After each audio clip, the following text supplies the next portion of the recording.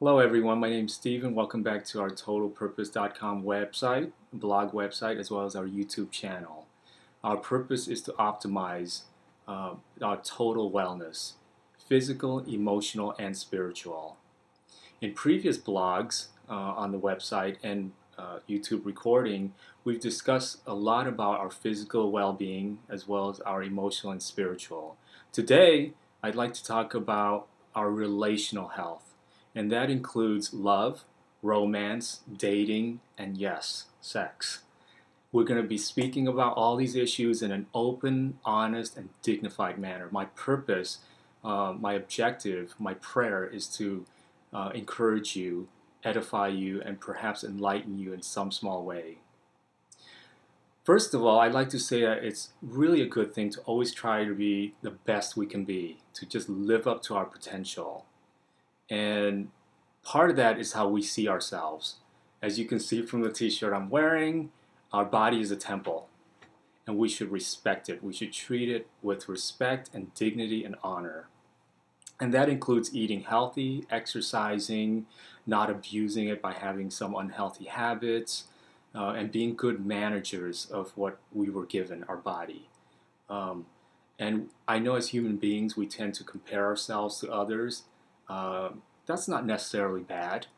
In comparing ourselves to others, if it causes us to become better people, then go for it. I think that's a good thing. However, with that said, when we compare ourselves to others and then we start having self-deprecating thoughts, or we tend to criticize ourselves or have other destructive thoughts like I'm a loser, I can never look like that, I can never be that healthy, then that's bad. And I would discourage all of us from doing things like that. So it's very important that we see our body as something to be respected, not by just ourselves, but by other people too. Now let's talk about love. I think love is not just a feeling, it's an action. It's a set of action. It should be a lifestyle. I think too many people say, I love you, like, it's nothing. It's a cliche, it's trite, it's banal. We should say that with meaning. And how does that pan out? With actions. So we should love not just in words, but thoughts and actions. And I think that's more meaningful, and it builds trust with others around us. Let's talk about dating a little bit. For those of us who are dating, trying to find the right person to spend our lives with, I think it's important to make a list of qualities and characteristics that you want to have in your partner, hopefully a lifetime partner. And very important, we need to embody those characteristics, and qualities. It's very important that the person we're trying to find, we also should strive to become. So if we want to find a person who's kind and caring, compassionate, selfless, we also have to put on those qualities, clothe ourselves with those qualities. And then, as the expression says, birds of a feather flock together, others with the similar qualities will flock to us. When we start dating, it's important to know that we don't have to rush things. Get to know the person. I've always heard some say, love waits. If someone truly loves you, he or she will wait. They will not rush you. And similarly, trust is earned. We should always strive to do things, be men and women of character, say what you mean what you say, and thereby we build trust. And so similarly, in the person that we want to find as our life partner, we need to make sure he or she earns our trust. Okay, so that's with dating. Now, romance. For those of you who have been dating and are dating someone special or are married, husband and wife couples, it's important to have romance in your relationship. That can be having date nights. Maybe you have to get a babysitter for the kids or such. Do some surprising things that the other person, your significant other, doesn't expect. Also, do something special, make dinner or some little things that the person would find very endearing. And also affirm the other person with your words, your thoughts, your actions. That goes a long way. Affection is also important because it really builds us up. It makes us feel special. And when we feel special, that creates good synergy and it'll come back tenfold. So affection can be in the form of thoughts, words, as well as actions. A good affection is just touch. You know, touch is so healing. I remember in the days when I volunteered at the Children's Hospital at the neonatal intensive care unit, and I was a cuddler. I mean, touch is healing to those premature babies that I cuddled in my hands, and so I encourage you to, just freely touch each other with love and dignity, and that can have a healing effect. Another thing is I wanted to talk about is pornography. As you know, our society is bombarded with sex. You know, whether it's from magazines, billboards, the internet, movies, etc. It's everywhere. You know, images of sex and eroticism. I think it's important to um, fill our minds with pure things. Now, for those of us that practice a lifestyle of looking at porn, and you find that acceptable, okay, I respect your choices. I would caution you to be careful because when we see these images, whether they're soft porn or hardcore, it really changes the chemistry of our brain. And there's studies that have proven that biochemically our brains changes when we do look at pornography, depending how much and all that. It's not unlike a heroin or a cocaine addict. Their brain chemistry is similar to that of a person who looks at porn, especially addicted to porn. But more importantly, porn also, I believe, has an effect that dehumanizes people. It carnalizes. So we tend to see people as carnal beings, like pieces of meat, instead of their whole humanity. So I would caution you, if you do look at porn, just be careful. But I think it's better to just really see others with dignity and honor and truly, pure love. And I think that's a noble way to see our fellow human beings, and that will help you find a man or woman of character with whom you will spend the rest of your life with.